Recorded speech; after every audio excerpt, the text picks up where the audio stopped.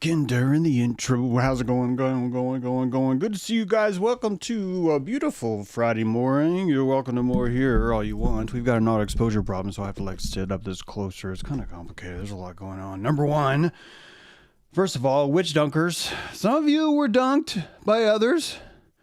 Some of you watched others be dunked. Some of you watched others be dunked and felt bad and then became witches. Some of you did this epigenetically through birth, but I think the key is to understand that we are both sides. I've looked at witches from both sides now. From up and down the river as they go drowning. And I recall, first we burn them and then we drown them, and it's sort of like, what the fuck? Which one? Make up our minds. This is kind of like, holy fuck, guys. This is what we do. This is how we whistle while we work. I'm not muted. Good morning. Good to see you all. You need your wig back, don't you? Maybe, I guess. Yeah, if you mean my beard wig. Yeah, you could say that maybe. I don't know. I'm kind of enjoying the breathing of my face. My face is breathing. Number two, present. Everyone, are you here? If you are, say present. I just made you into presents. Don't you understand? You're a gift. That's why I'm telling the state that you're a present. Yeah, a commodity. Yeah, a commodity of witness. That's what you are. A game of pricks, GBV. What does that mean, D? A game of pricks. We got a super chat coming in, $10 from D. Thank you, D. A game of pricks. Oh, I want to make sure I earn this. A game of pricks. I'm going to sound like I mean it. Yeah, man. So this just in, a game of pricks. GBV. Hope you're happy. Is that good? That's pretty good. Anyone else? You want to roll back? That's fine. Put something else in. Hey, there's a special discount code. There's a special discount code in Patreon. Get you some cool merch, man. Yeah, merch. We got some merch. It's pretty cool. I hope it's cool. I'm looking forward to it getting here. I want to check some things out. But yeah, there's a lot going on around here. Now the book's done. Book's done. James, you haven't said a word about the book. What are you talking about? Yeah, the book's done. I still don't have my copy. I've seen copies on the street. I've seen pictures of them. My copy will arrive today. If you've ordered a signed copy of James True, they are stamped, numerically sealed in a hermetic signature, and there's only a limited number, probably like 200. I might limit it to 369, honestly. I think what I might do is we'll do 369. They'll be each one will be stamped with a special seal. I can't tell you about it. I need to shut my mouth. Third, I said this last time, but I'll remind you, if one cannot afford a reality, one will be provided for you by another. So don't worry about it. If you're like, I can't rent a reality. You've got news. That's what the news is. News is like, hey, you want a reality? Here's one. Hey, you want a reality? Here's one. And you're like, I don't know, what kind of reality? And you're like, Donald Trump and Elon Musk are fighting. Ugh, Donald Trump and Elon Musk are fighting. And you're like, that's reality? And they're like, yeah, man. Do you know why it's reality? And you're like, no, why? And it's like, because everyone's talking about it. And you're like, oh, well, that's an interesting way of going about it. Didn't you say, though, James, that majoritarianism is the idea that everyone accepts a same reality? And yeah, it does. That's what I mean. If you cannot afford a reality, don't worry. One will be provided for you. If it's not provided for you by yourself, you got a lot of options. You got your family. You got your spouse. You got your kids. You got your parents. You got the community. You've got your job. You got the government. You got the local government, the state government, federal government. All of them are willing to tell you, hey, here's the reality. Let me tell you what reality, okay? Reality is you can't park here. And you're like, oh, really? Yeah. I don't know if you realize how profound that is. Guys, a long time ago, first guy was like, hey, I got an idea. And everyone else in the world is in the physical world. This first guy goes, I got an idea. This area right here, even though I'm not standing on it, no one else can be there. What do you think about the first time someone said this? Very first time. Someone's like, hey, this space over here, I'm going to draw this circle in the sand. And, of course, the first guys are like, what's a circle? And you're like, oh, God, I have to teach concepts. And then you're like, fuck, this is going to take at least 150,000 years. Thank God there's an arc, because it's only going to take 5,000. And that's just to take language. Then you're like, Ugh, how old are you? And Ugg's like, me no understand age. It's like, got it. Ugg is probably like 1,000 years old. It's like, Ugg, how many colors am I holding up? Some of you might get that joke. That's pretty funny. Ugg, how many colors am I holding up? And Ugg's like, 2. I see red. I see not red. I see red. I see not red. So you got to wait. You got to wait for Ugg to develop Hypothetical. And then you realize, I can't teach Ugg private property. I cannot enslave Ugg until Ugg understands private property. You didn't know that, did you? This is why I think there's more truth to the garden. That the controllers... Jeez, the controllers! Tell me about the controllers. There's some controllers out there. Hey, this is a shout out to all you controllers out there.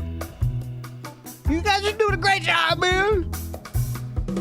You cut the end of my penis off. I gotta admit, you fucking got me. You dunked my witch mom. Yeah, I watched. I know. You set my witch great grandmother on fire. And I will never forget you.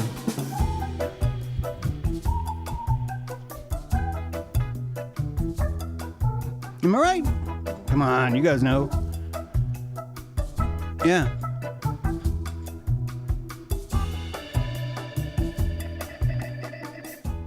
All right. I have no idea what we're talking about. Sorry, a little dance break there. Hope you guys enjoying it. Hey, thanks for watching, Dave True. Uh-oh, I just flipped my screen. Wait a minute. There it is.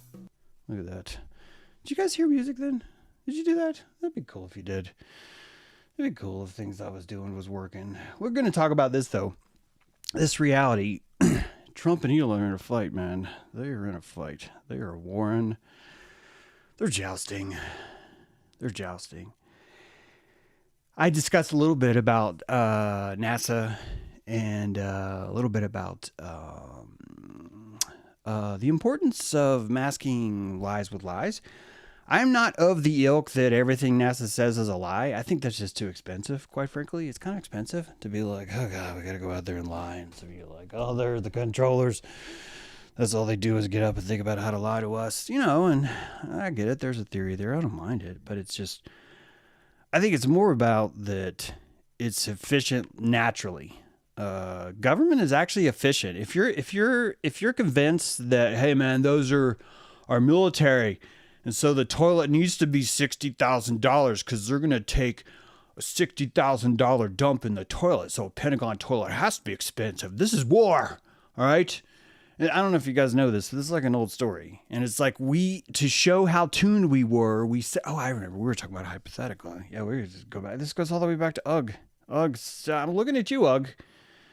Because all this was possible by our controllers. This is why I did the whole thing right here. Yeah, I got lost in the dance. We're not going to get lost this time. We are talking about hypothetical here. That if you were a controller and you want to control a bunch of slaves, you're going to have to teach them hypothetical. You're going to have to get them into this mode where they think about hypothetical concepts. Here's one, watch. Okay? So, Ugg, I want you to notice. Here's this, and watch. Boom. See, that's hypothetical, right? Now watch, Ugg. Pay attention, Ugg. Pay attention, Ugg. Right? And then you... When Ugg gets this, you are ready. You have arrived. Only now that you've taught Ugg all this stuff. In order for you to teach Ugg all this stuff, you're going to have to teach him farming. You're going to have to teach him yams. You're going to have to teach him the difference between sweet potatoes and yams. Some of you guys don't even know yet. Some of you guys are out there just like, I am what I am. And you don't fucking know. You have no idea.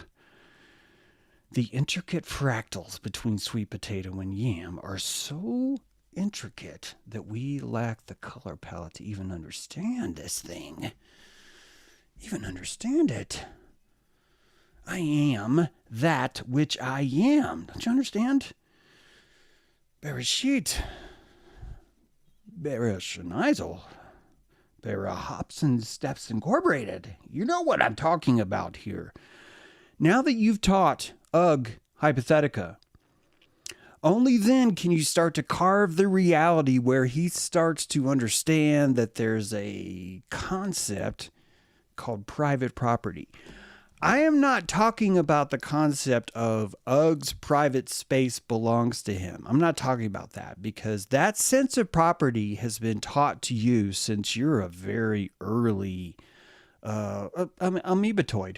I'm going to be honest with you. A bunch of you were fucking amoebas running around drinking your own pee. Some of you still do that, but you didn't have, all you had was a cytoskeletal framework, and it didn't give a shit. It was like Fraggle Rock. You can eat your own shit all the time. Just be like, I want to change shape.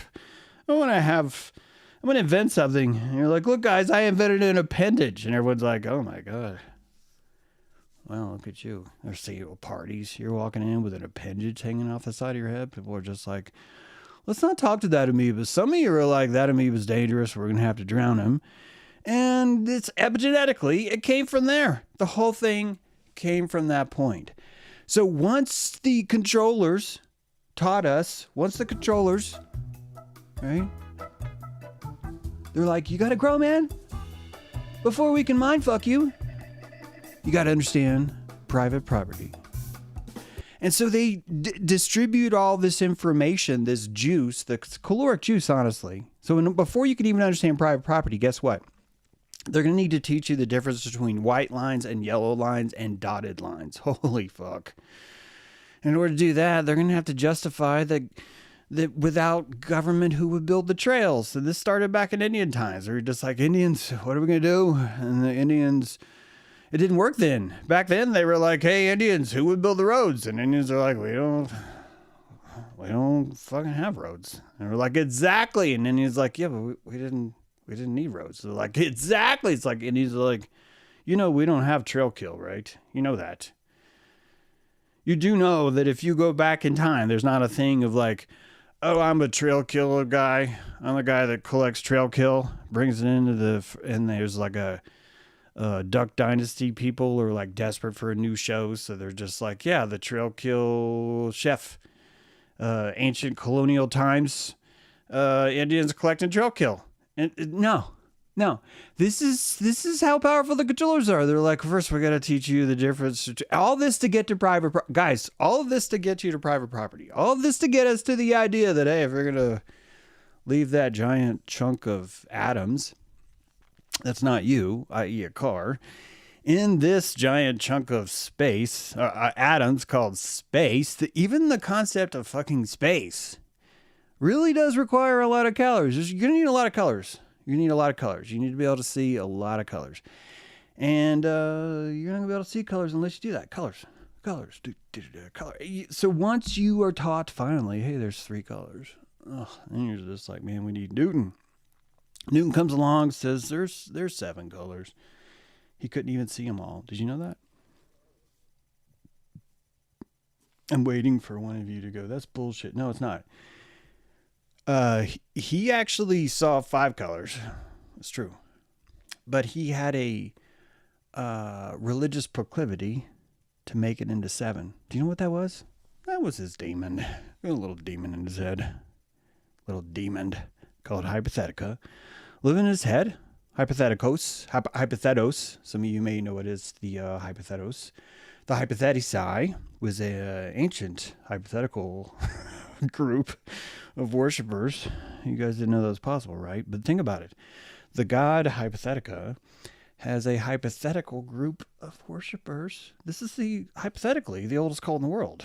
I mean, hypothetically, this is the primal Hypothetica. The primal hypothetical demon cult is a hypothetical cult of fucking vampires worshiping each other. They got special sauce. They got a whole code. They got like finger handshake things, all kinds of stuff. Guys, they're the first controllers. They were the hypothetical controllers. Oh my God. The hypothetical controllers. This is like a whole other level of pulling strings. Guys, we've unlocked the secret. We're not afraid of them anymore. There's nothing to be afraid of. We've unlocked the secret to the controllers, and it's hypothetical. All you gotta do is let go.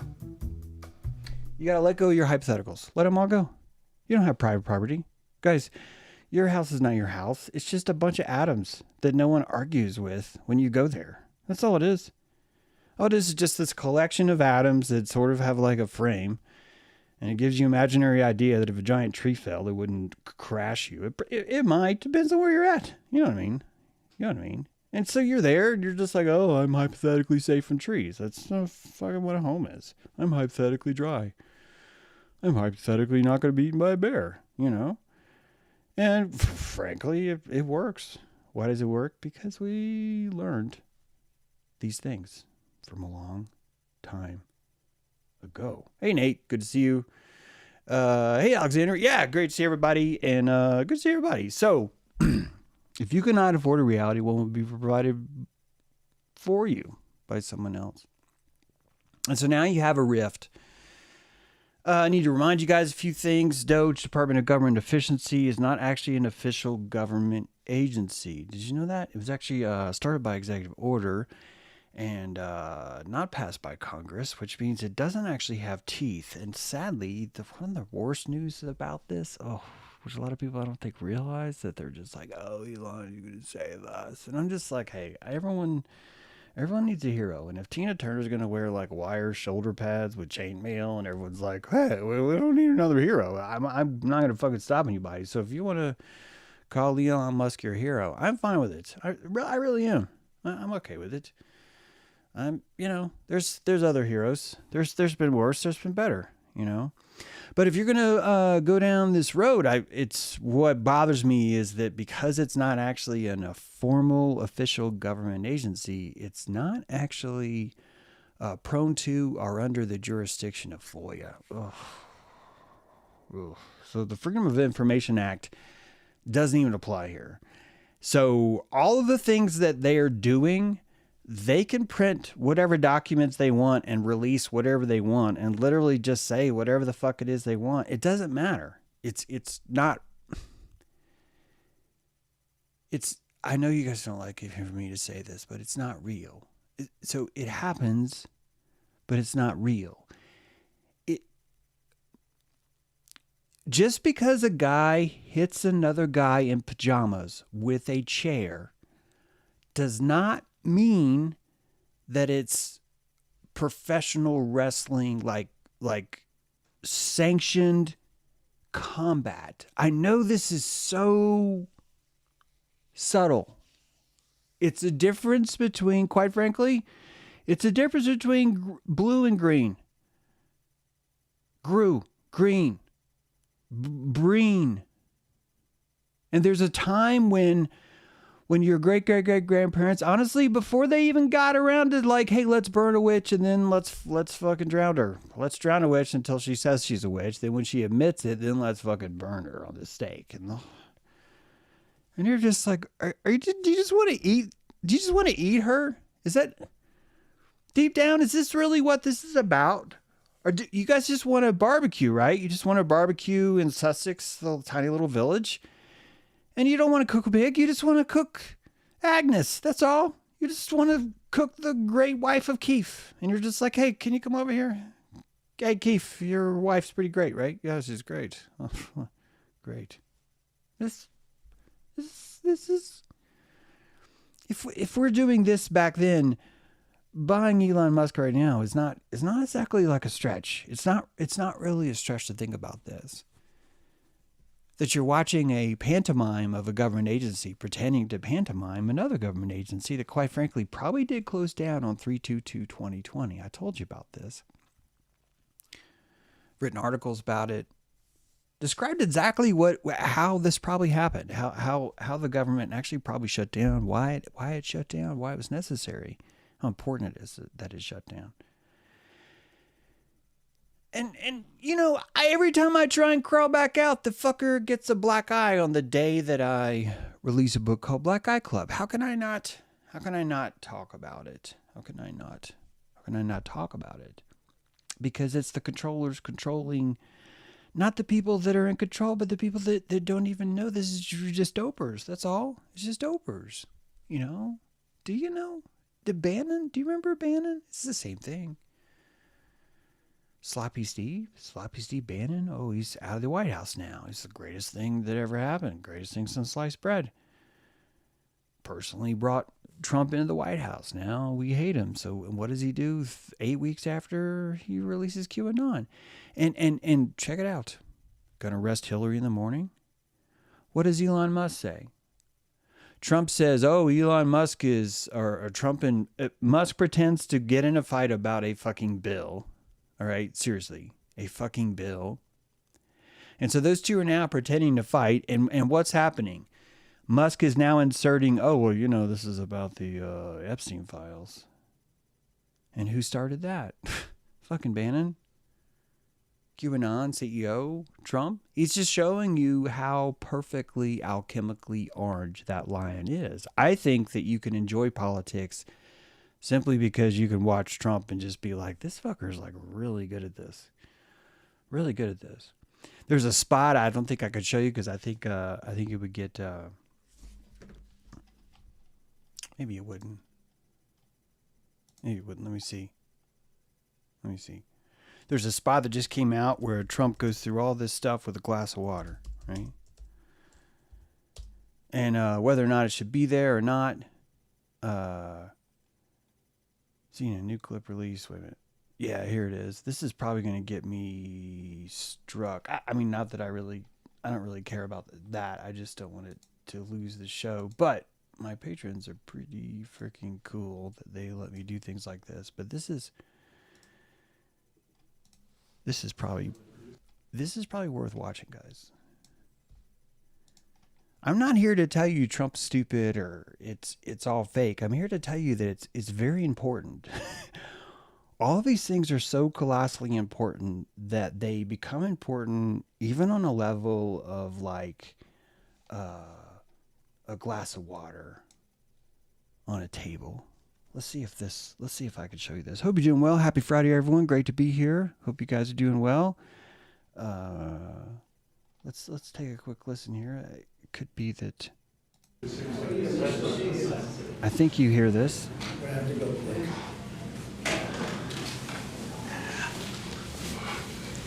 Okay. Beautiful. Oh. I don't think you want to have the water in the picture, right? You can take it off. Yeah. Yeah, put it over there, Nick. Can I have this table as well? Yeah, might as well take the table. How are you, sir? Oh, good, very good, thank you. You know what you can do, Nick? Sure. Put the table back, because it's missing something. Put the table back and put the water on the table without the thing on top of it. Thanks, Nate.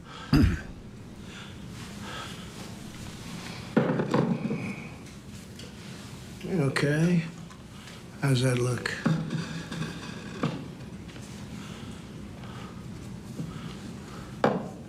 Go ahead, take it out. Yeah. All right. Yeah, good. Right? Let's go. Right. Isn't that great?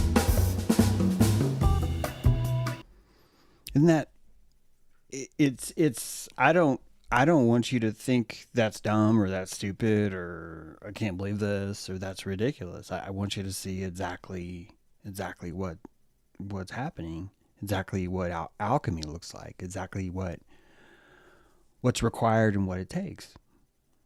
There's nothing flawed here. There's nothing broken. This system has been perfected for eons. I think that eons is a much broader term here. I'm talking about a cataclysm that has occurred over and over and over again. And that this cataclysm goes all the way back to an ancient idea of an eagle warrior, an Aztecian, an Aztlantean, pre-Aztecian, Aztlantean, which really could mean Atlantean. That's so close, it's ridiculous how similar those two ideas are.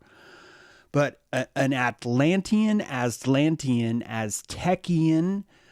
bipartisan, corporatocracy, technocracy, American We could throw democracy in there if you want to pretend. That's fine. But, democracy first and then technocracy. But that all of this has been a steady, slow move, a progression of a flower. It's a beautiful flower. It's terrifying. It eats blood. It drinks blood. It's capable of administering piercing sounds that sound like progress and technology, but it's a flower that lures people to the top of the pyramid. The Mixcoatl, the Uncle Sam, right? I know we've discussed this. I'm not going to go into a full tilt here, but I want you to think about what eons are, because a long time ago, before language, I don't mean that you didn't have language, because Ugg still had to get into this hypothetical state. You're going to need at least 3 or 5 colors here, 3 or 5 primary colors in your brain to fathom what I'm getting at. But that when the Iroquois Confederacy, 1140 AD, the first eclipse, is showing you a culture that had already been here a while. They had been here a long time. This Atlantean, Mississippian, pre-American culture had this concept in mind that if you wanted to rule the world, you would need to find a Tadaho, a man with snakes in his hair, who is so angry and nasty that this is the person who is nastier than everyone else, and that you need to take that person and put him in charge of your tribe. This is an ancient, pre-cataclysmic gnosis. I swear to you, it erupted, it emerged in a cataclysmic seed that has been taught the same way a bean sprout is taught to squeeze its cute little fresh green ass butt out of the crevice of the husk of the seed and climb its way the opposite of gravity itself. It is an innate natural system to depose what one might think would work. The bean sprout does not head towards gravity.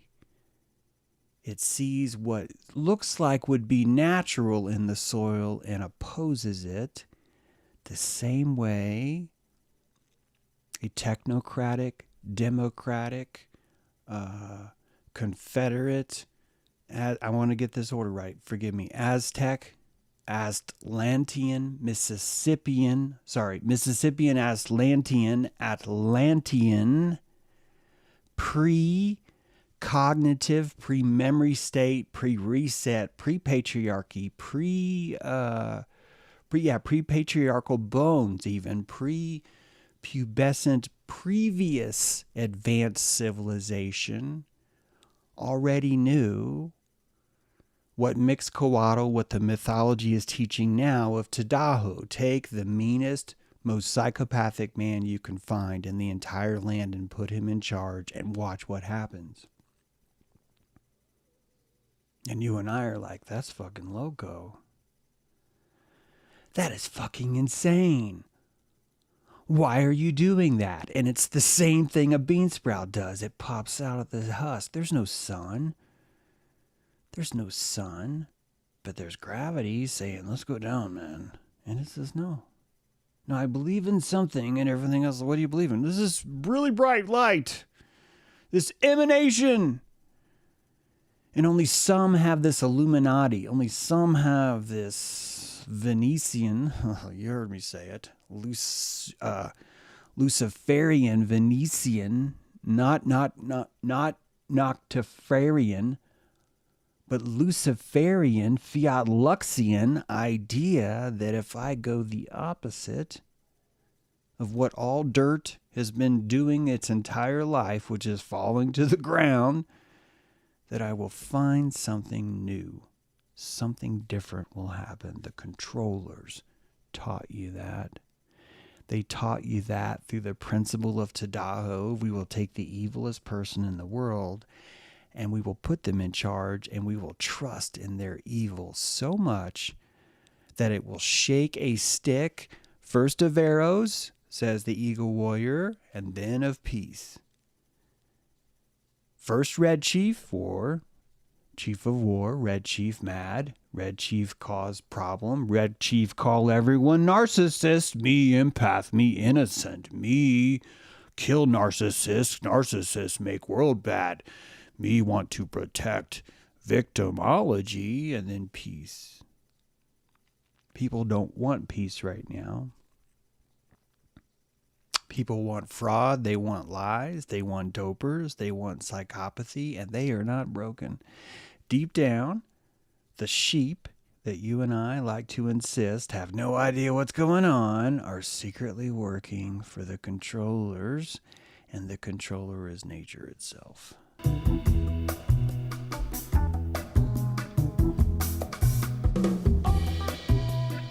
Gaia. The ultimate controller.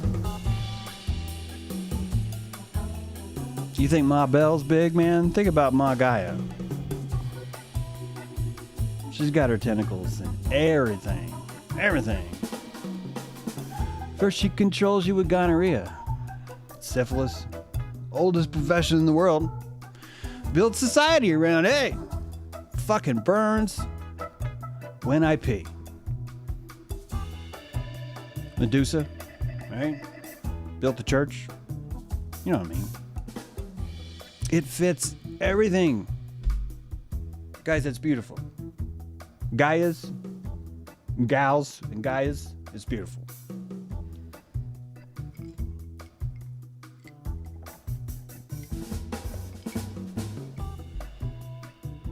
Yeah, I like trees or Wi-Fi towers. That's really profound, Eric.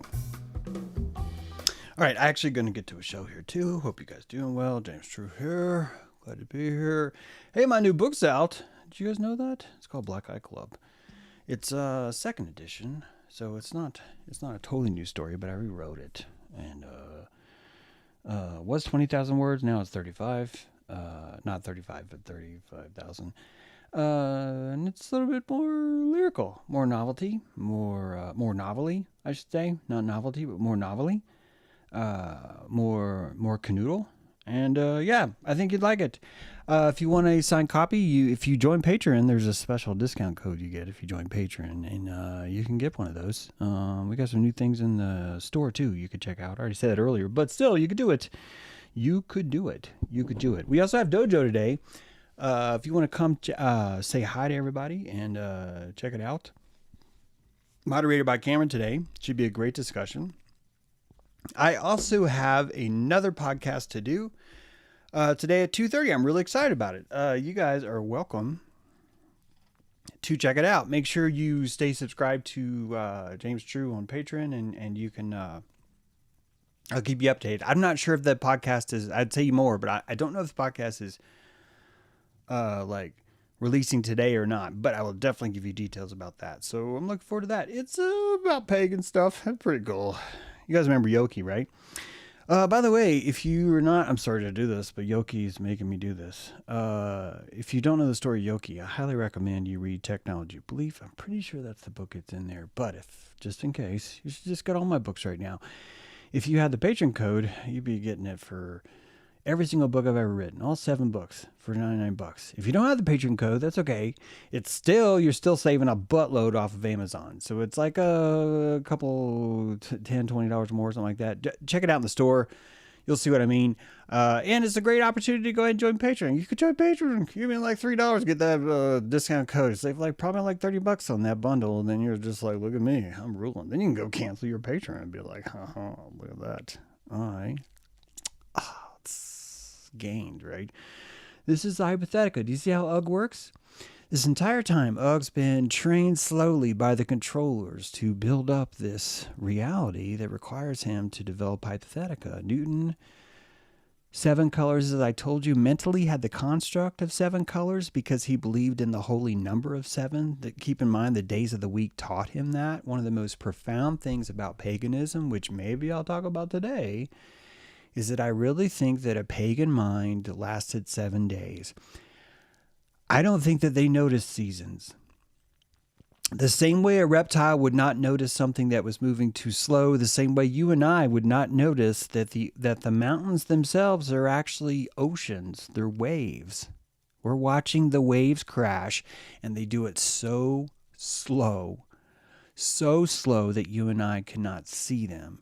Just as reptiles would not be able to see or interpret different things, so too would the pagan mind not actually have a contextual understanding outside of 7 days. This actually gave us birth of the week.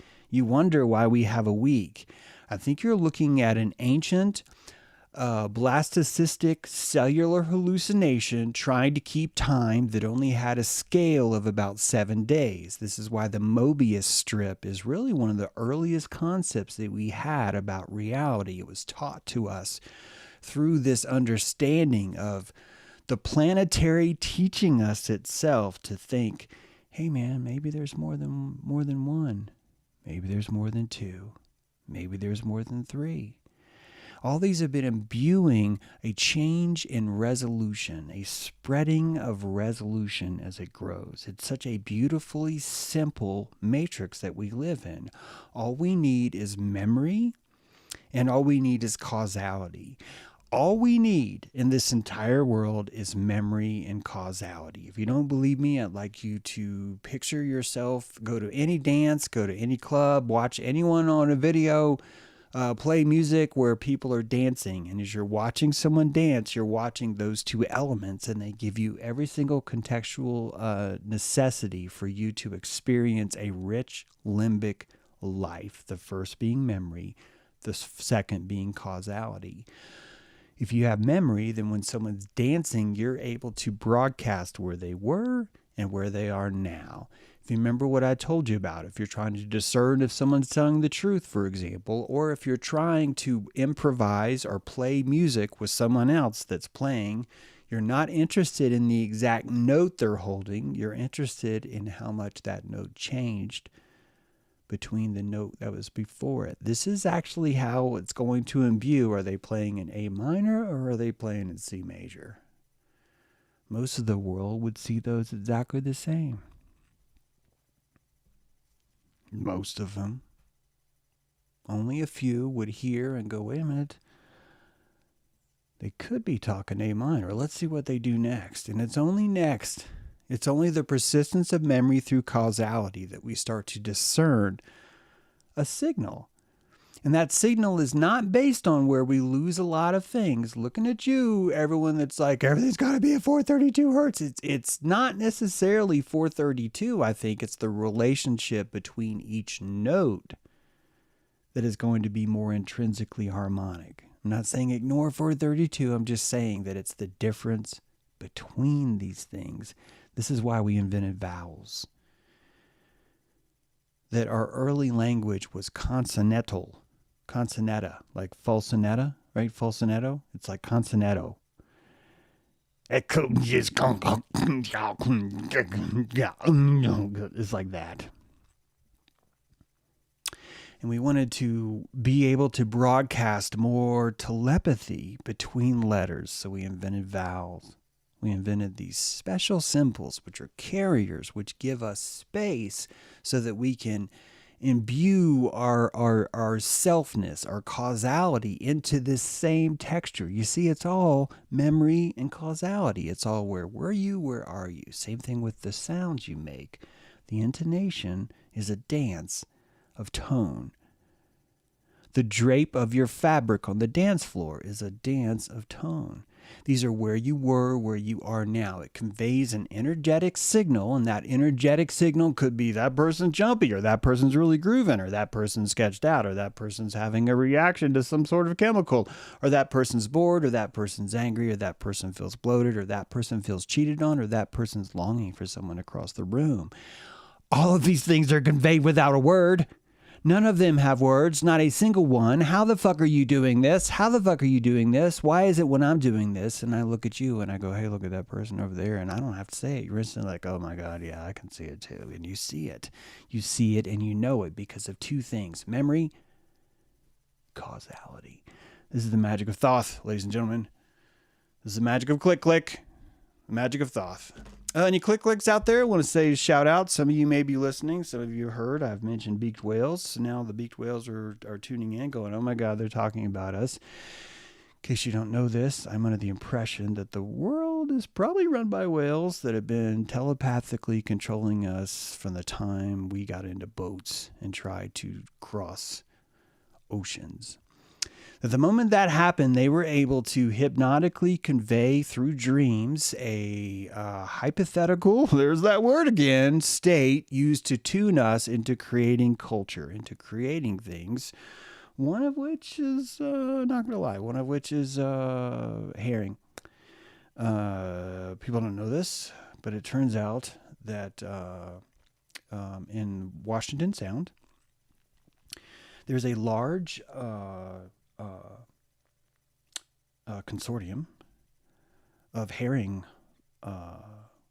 fishermen who secretly at night when no one's looking put a bunch of their finest herring that they collect from every catch and drive out late at night under the moon, and they skin the herring, they dice it, and they make a nice little bowl. It's sort of like how you see people where they like cut a watermelon into a basket, and then they take like the watermelon and they create like little watermelon balls with cantaloupe too for some reason, because everyone's like, oh, we got to use cantaloupe, so okay, whatever. And you got grapes in there, that's fine. I don't mind grapes.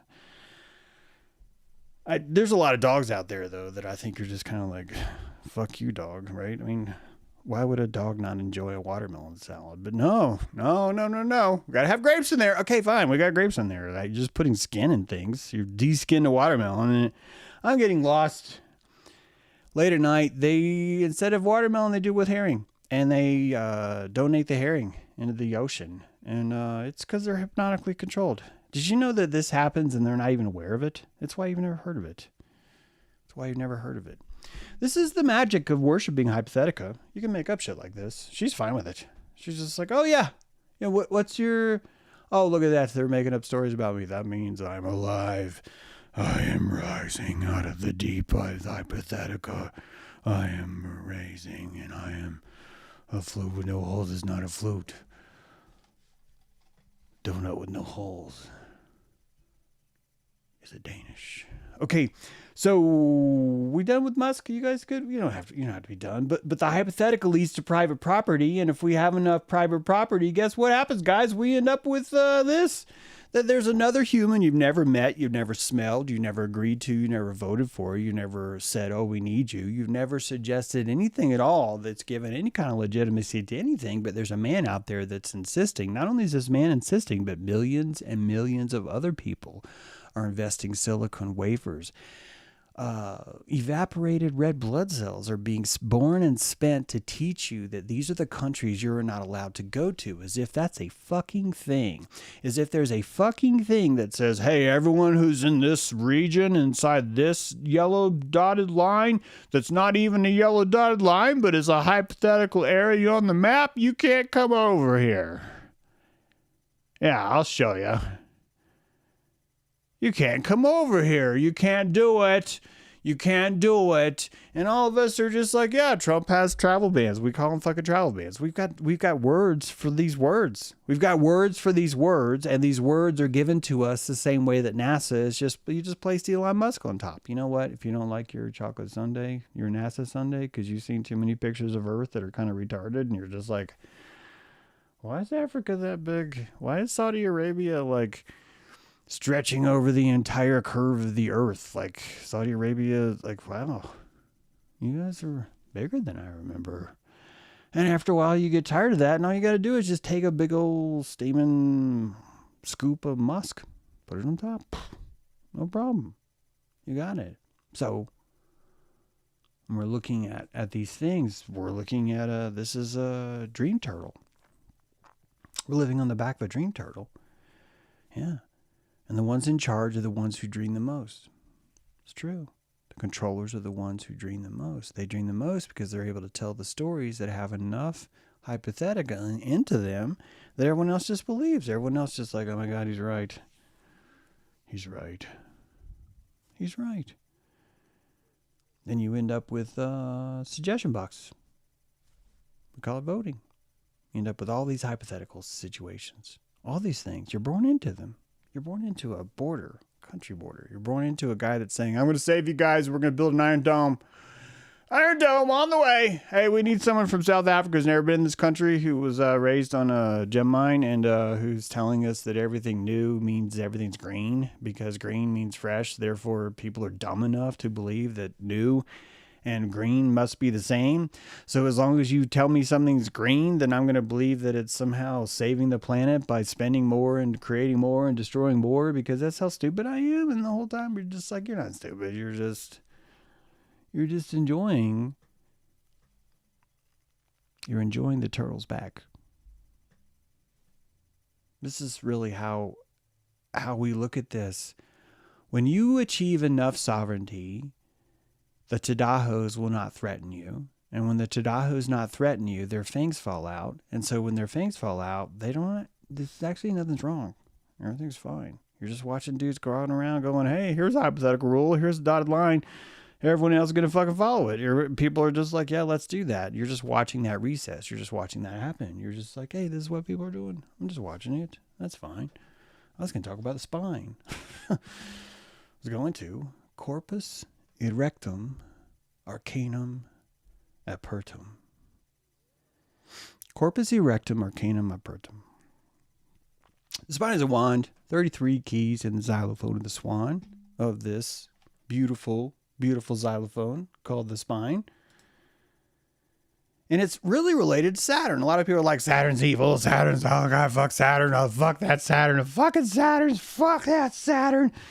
And then you got the Saturn return. And the Saturn return has some interesting things that correlate to the spine. The first of which is that probably about the first time your Saturn returns, just like Newton only saw 7 colors and later we found 12, just like it was actually 5, but he insisted it would be 7 and then later it became 12, so too does the spine convert the same. That your first Saturn return, something really important happens in your spine. And this is around age 28 to 30. Your second Saturn return, something interesting happens. That's around age 57 to 60. And then your third Saturn return, something else interesting happens. And all of them are spine related. Did you know that? Hey, did you know that? Did you? Did you know that? Did you? You want to know more? Did you? Because here it is. What's the first Saturn return, James? The sacrum fusion. The 5 bones become one. The S1 through S5 fully fuse by the time your Saturn return completes. Your coccyx fusion happens too. 4 bones become one. C1 through C4 are fused into one. So 5 becomes 1, 4 becomes 1, 9 becomes 2. Total bones fuse 9, turning the xylophone of your back from 33 colors as a child down to 24 or 26. It depends. This is the key, guys. What do you mean 24 or 26, James? Which is it? Exactly. Each of us are doing this differently. Before we come back to that, though, let me tell you about the second Saturn return, because we're not done. Something else happens. It's about to happen to me, guys. You're going to watch me slowly on the air. You're going to notice this. You're going to be like, hey, is James getting shorter? Is he actually getting shorter here? Is that what's happening? But on your second return, you actually have this 1 to 2 inch reduction in your height. You actually get higher. And so as you're just wandering around, you're just paying attention, and you just suddenly just get shorter. Right? Look at the special effects we have on this show, ladies and gentlemen. We put a lot into our special effects here. But this second Saturn return is related. We discussed the pituitary yesterday. We discussed the pineal, and how, not yesterday, but you know what I mean, and how it unwinds itself. And if you were to look at the third Saturn return, if some of us are able to live that long, something else happens on the third Saturn return. First of all, you're basically like, if you fall on your hip, you're going to die. Like, that's pretty much, like, that's the new rules. And you're just like, wait, really? You just fall one? Yeah. If you fall one time, you're dead. And you're like, oh, that's interesting.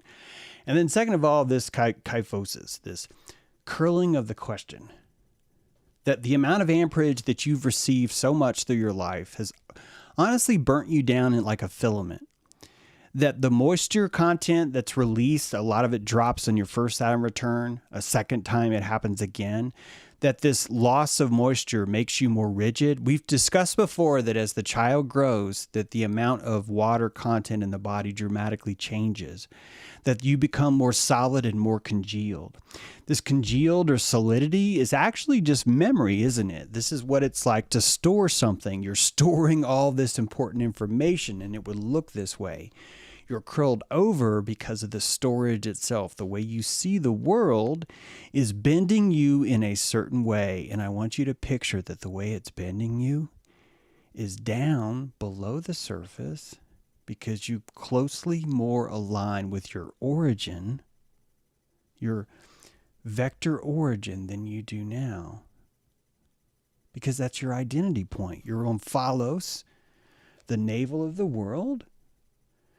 You're on Phalos. You can hold your spine in two ways, B. You've got question and exclamation. And that you get to pick which of these two do you choose. Am I a question mark or am I an exclamation point? I don't think there's one is better than the other. I have no qualms with either. I think they're both very important, very necessary, very crucial. So is Saturn. It's teaching you these things. So the cervical, the thoracic, the lumbar, the sacral, the coccygeal, these 33 fuse into, let's say 26 for now, because sometimes it's 24. What is this saying to you?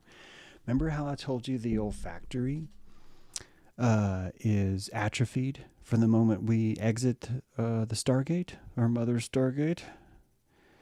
That atrophy is a dulling of senses, and I've told you that it's doing that so we can participate socially. And that we're participating socially in a hive mindset because that's how we inform each other. It's a very crucial part of this. But as we unlock our potential, I want you to imagine that all 33 of your vertebrae would be a different mode. Just as you atrophy your smell and remove the ability to see aura in the room, you'll have to check the old episodes or read my book, Black Eye Club. Guys, all this is explained in very, very well detail with a beautiful story, but it's explaining this. But if you think about it, the reason why we're fusing 33 to 24 is because we are not fully living up to our instrumentation's potential yet. It's fine. We're not broken. This is how we slowly raise ourselves up. Just right now, we're only seeing 1 million colors. There are billions of colors. Our computer already sees billions. We know they're there. We just haven't learned to discern them yet. We're still seeing at 60 frames a second. It's probably 200 frames is going to be our max out point. When we are living at that point where we have enough brain calories, let's go for it. And the neocortex becomes so much more advanced, so much more efficient through dopamine gambling, through all the different ways of utilizing fantasy and propaganda to oomph itself to find answers that weren't there, the neuron skippings we talk about. This gambling becomes more perfected, and as it becomes more perfected, we do not need to fuse so many of our vertebrae as we grow. The wand of your body is able to take a new shape. We're talking 5 bones in a tail. Your coccyx. Now you have a tail that's fully articulating that you could move inside your body at tails. I mean, you're like, no, we have to kill Tail Boy because Bat Boy's bad, and you got to get, and that's fine. That's where we are now. We're there now. We're not comfortable with that. But imagine the ability to have that much more flexibility, not just in your tail, but in your coccyx too, which means if you wanted to grow a tail, you could. James, is this about you and Rocky arguing about a tail? It's like, no, it's not. And we're not even arguing. I actually was pretty impressed with how well Rocky took that. But I'm trying to suggest to you guys that if there is a mode in you that wasn't so socially atrophied, that there could be an important mode in you where having a tail would be helpful. That's all. Nightcrawler. Dude probably gets a lot of snatch. Probably walks into bars. Probably can like, hey, you want a drink? Then his tail like hands the chick a drink. And she's probably like, oh my God, that's like really impressive. And then he zaps in and out of time. And then you got that. It's like, yeah, you know, he's probably gonna bail on you, to be honest with you. If you disappear and you have a tail, Probably going to bail on subjects. It's probably going to happen. This is why we don't see a lot of these anymore. See, we're not ready. We're not ready for this yet. But if you could be, now you're seeing auras and you got an articulating tail. If you have an articulating tail and you can see auras, I think you can genetically alter your placebo to pleomorph. We actually start to tap into our pleomorphosis. And guess what, guys? Chimera! Knocking on the door. Chimera is coming. And this really is ultimately the controller. This controller has been inside of you the whole time. This little reptile pulling little levers. Check the store, by the way. There's a t-shirt about this. Reptile overlords rule the world. Guys, if you buy a t-shirt and you're not happy with the quality of the t-shirt, please let me know. It's very important that I know. I will find you a better t-shirt because I've tried 3 different versions of our t-shirts in our store. They're just like different blends, and I really want to know which ones you guys like the best. Okay, one of those blends has reptiles ruling the underworld. You got to just go to the store. You'll appreciate it. You'll appreciate it. But this idea of the chimera rising is inside of you, which means you're the controller. It was you the whole time.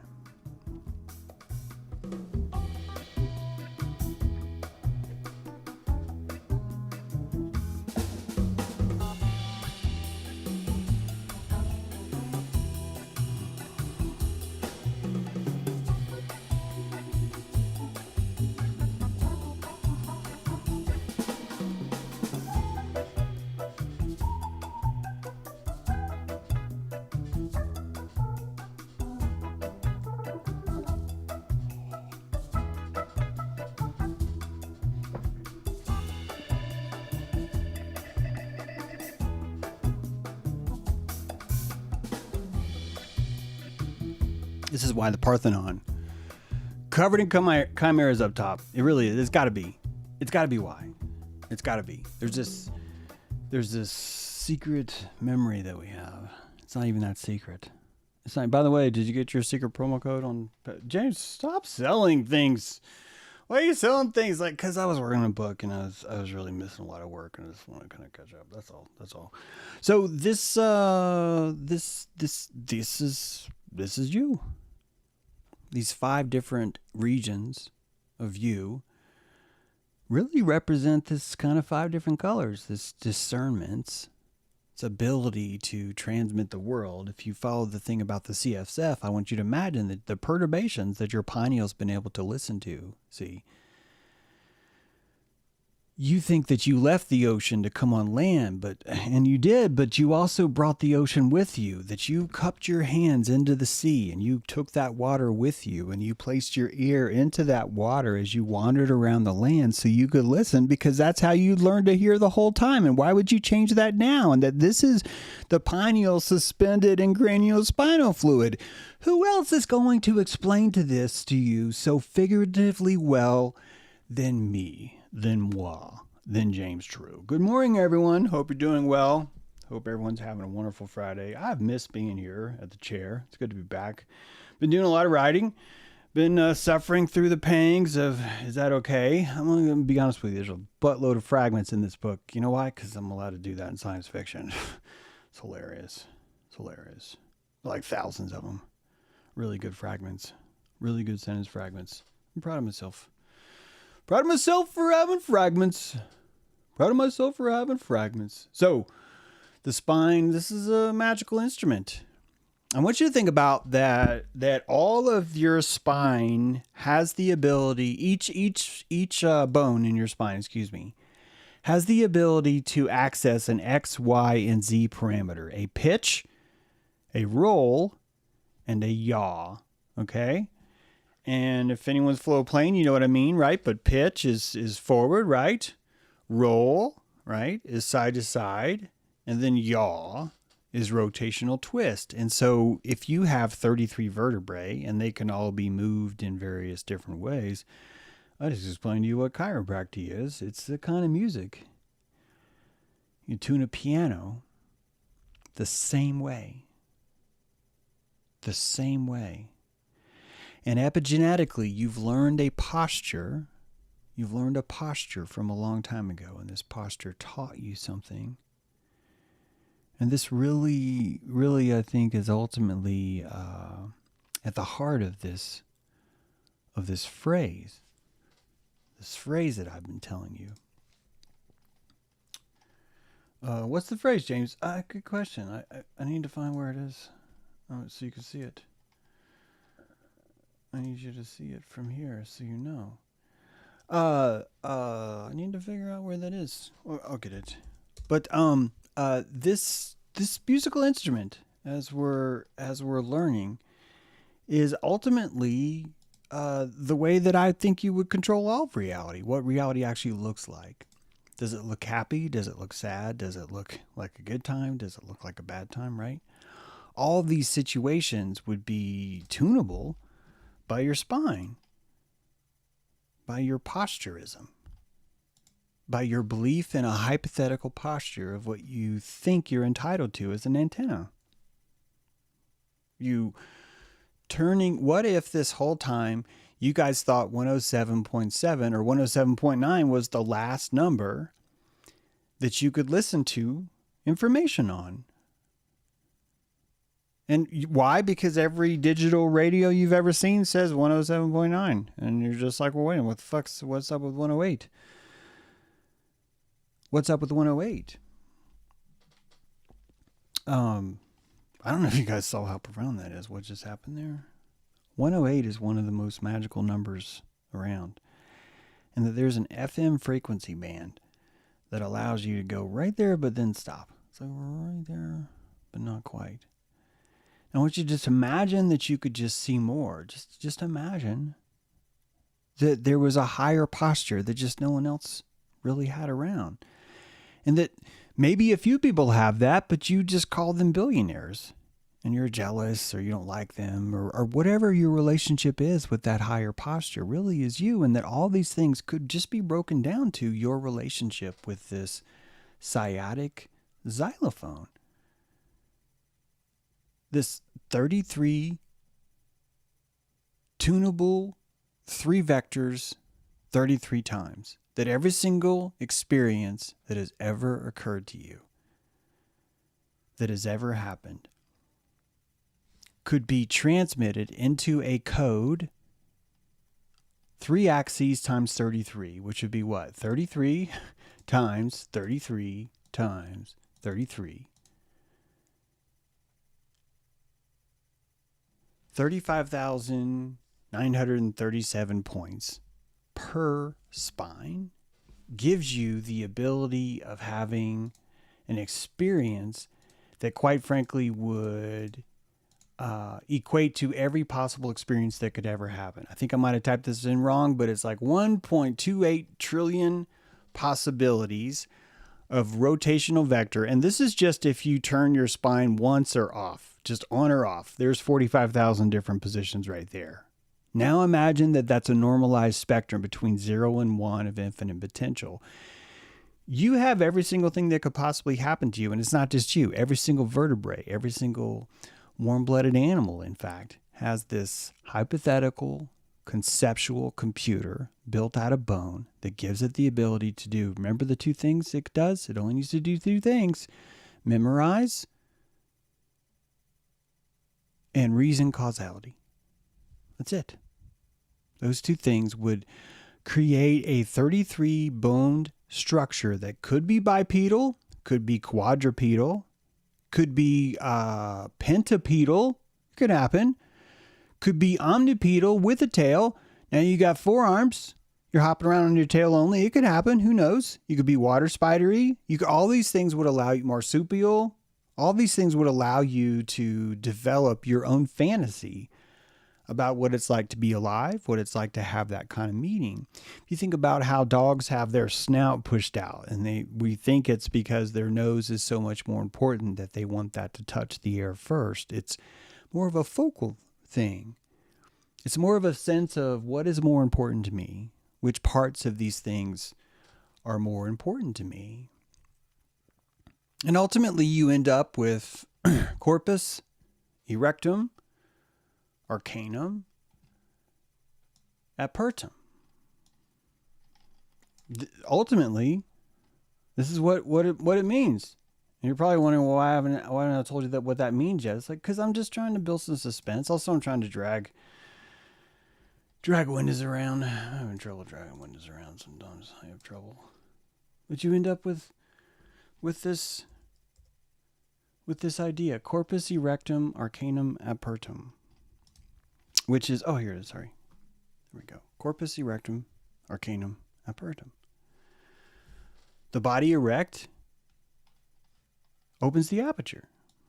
That every single thing that you could possibly imagine, that you could possibly see, would be shown to you simply by moving the pitch, roll, and yaw of 33 vertebrae into alignment. How would you know what that alignment is? This is an important one, and it comes down to this question. Beautiful question that I got from a must-see 3213 16 hours ago. And that question goes like this.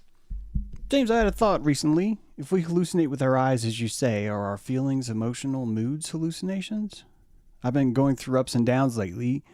When down, I tell myself this is an illusion and usually attempted to elevate my mood. I know I am one who can witness this and choose a different state. The main thought I have, though, is the down mood an illusion? Can I change to a better feeling state? Then the better state also be an illusion? Or is the good feeling state truly how I was meant to be? So am I returning to my natural state of well-being? I do think the lower states serve some purpose, trying to understand their presence, just wondering your thoughts about it. And my thought is, I don't think that I'm the expert in this. I definitely have some opinions about it. But my thought is that there are three things at work here that make me think of this. The first of all is that we need to establish the difference between illusion and hallucination. That's actually not what's happening in the world. You ask AI this, you really have to teach it that. Once you teach it, it'll kind of try and go, okay, I get you. Illusion and hallucination are not the same thing. I would argue that if we wanted to discern this better, let's call illusion something that you think is a certain way, but it is not. A hallucination is something that you are rendering to be a certain way in order to make sense out of it. It is a constructive process. And illusion, although I don't mind it being constructive, I just think that illusion has this more of a negative connotation, while if we use the word hallucination, it's almost been parked here by a valet for us, waiting, knowing that we would need this car later, which is why we have it. So we hallucinate a cellular reality based on this system. So the negative emotions that you have, you could call them illusions, or you could have more faith and call them hallucination. Meaning that the emotion is actually feeding you information. It's not something made up. It's imbuing the world. And this is how we unatrophy our smell. We start to tap into chemosignals, pheromones. We start to see the chemical signature of reality itself.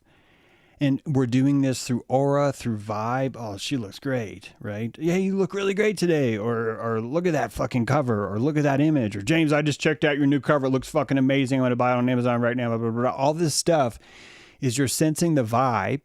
You're sensing how something used to look and how it is now through causality and memory, right? Same formula, exact same formula. It's so simple. So first of all, first rule, let's separate illusion from hallucination. Illusion is more of the negative connotation of the prison planet vibe. Hallucination is I'm cellularly projecting what I think is happening, and so negative emotions would be exactly a part of that. The second part is very important. If you consider that sex feels good, that you have certain sensory organs that are built around you that really, really activate and make you feel good when you are close to or near sex. And that same process is probably how you got here, that through the principles of fertility, it's almost like a thank goodness that sex felt good, because you may not have been here had that not have been something that would have felt good a long time ago. This is the controllers. The reptilian controller inside is controlling the body, telling you, hey, look, I know you don't want to be pregnant, but it's going to feel really good. Or I know you don't want to have kids, but it's going to feel really good. It's the same kind of functioning atmosphere. So if you hate the world and you do not trust this place and it's a prison planet, then you would need to doubt the feeling of good as a symbol or a compass. But if you trust the system, then you would also be able to trust that, hey, the feeling that most matched my ability to survive through fertility, my ability to survive through eternity, was actually directly tied into what feels good.